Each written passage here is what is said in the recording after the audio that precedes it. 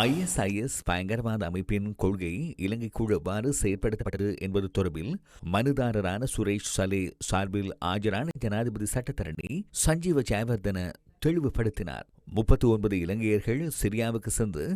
ISIS அமைப்பில் இணைந்துள்ளதாக தகவல்கள் வெளியாகியுள்ளதாக தெரிவித்த ஜனாதிபதி சட்டத்தரணி இது தொடர்பில் முன்னாள் நீதியமைச்சர் விஜயதாச ராஜபக்சவும் பாராளுமன்றத்தில் உரையாற்றியதாக கூறினார். மாவனெல்ல பகுதியில் புத்தர் சிலைகள் சேதமாக்கப்பட்ட சம்பவம் தொடர்பில் முன்னெடுக்கப்பட்ட விசாரணைகளின் போது அதற்கு பின்னால் வெளிநாட்டை சேர்ந்த பயங்கரவாத குழு ஒன்றின் கருத்தியல் தெரிய வந்த போதிலும் அந்த காலப்பகுதியில் குற்றப்புலனாய்வு திணைக்களத்தின் பணிப்பாளராக பணியாற்றிய ஷானி அபேசேகர அது தொடர்பில் முறையான விசாரணைகளை நடத்தவில்லை எனவும் ஜனாதிபதி சட்டத்தரணி தெரிவித்தார். இந்த சம்பவத்தில் வெளிநாட்டு பயங்கரவாத அமைப்பொன்றின் கருத்தியல் மற்றும் தலையீடு இருப்பது வெளிச்சத்திற்கு வந்த சந்தர்ப்பத்தில் சர்வதேச போலீசாரின் உதவியை பெற்று அது தொடர்பான மேலதிக விசாரணைகளை முன்னெடுப்பதற்கான வாய்ப்புகள் இருந்த போதிலும் குற்றப்புலனாய்வு திணைக்களத்தின் பணிப்பாளர் அது தொடர்பில் அலட்சியமாக செயற்பட்டுள்ளதாகவும்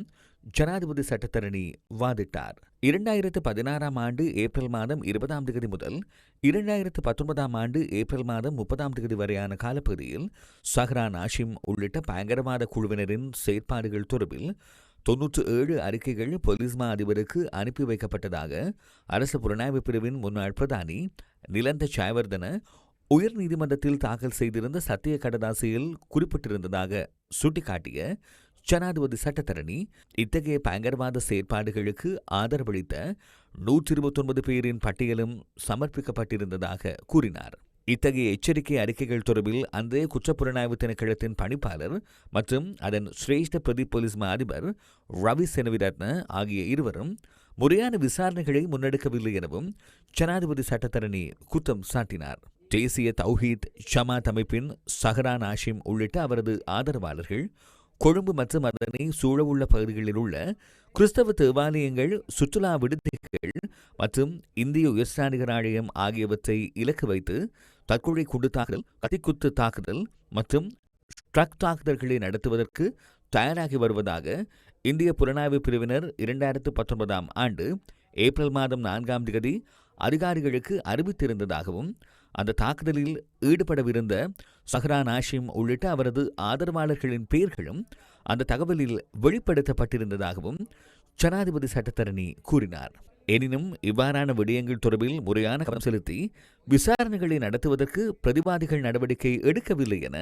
குற்றம் சுமத்திய ஜனாதிபதி சட்டத்தரணி இந்த தாக்குதல்களுடன் சுரேஷ் சலே தொடர்புபட்டிருப்பதாக எந்தவொரு விசாரணையிலோ அல்லது விசாரணை ஆணைக்குழுக்கள் சமர்ப்பித்துள்ள அறிக்கைகளிலோ வெளிக்கொணரப்படவில்லை என வாதிட்டார். இந்த தாக்குதல் தொடர்பில் கண்டறிவதற்காக நியமிக்கப்பட்ட முன்னாள் மேல் நீதிமன்ற நீதிபதி சாகிதி அல்விஸின் குழு உயிர்த்த ஞாயிறு தாக்குதலை தடுப்பதற்கு நடவடிக்கை எடுக்காமை தொடர்பில் குற்றப்புலனாய்வு திணைக்களத்தின் முன்னாள் பணிப்பாளர் ஷானி அபேசேகர மற்றும் அதன் முன்னாள் பிரதி போலீஸ் மா அதிபர் ரவி செனவிரத்ன ஆகியோருக்கு எதிராக சட்ட நடவடிக்கை எடுக்குமாறு பரிந்துரைத்துள்ளதாகவும் அவர் கூறினார். இந்த மனு மீதான மேலதிக பரிசீலனை எதிர்வரும் ஜூலை மாதம் 10 வரை ஒத்திவைக்கப்பட்டுள்ளது.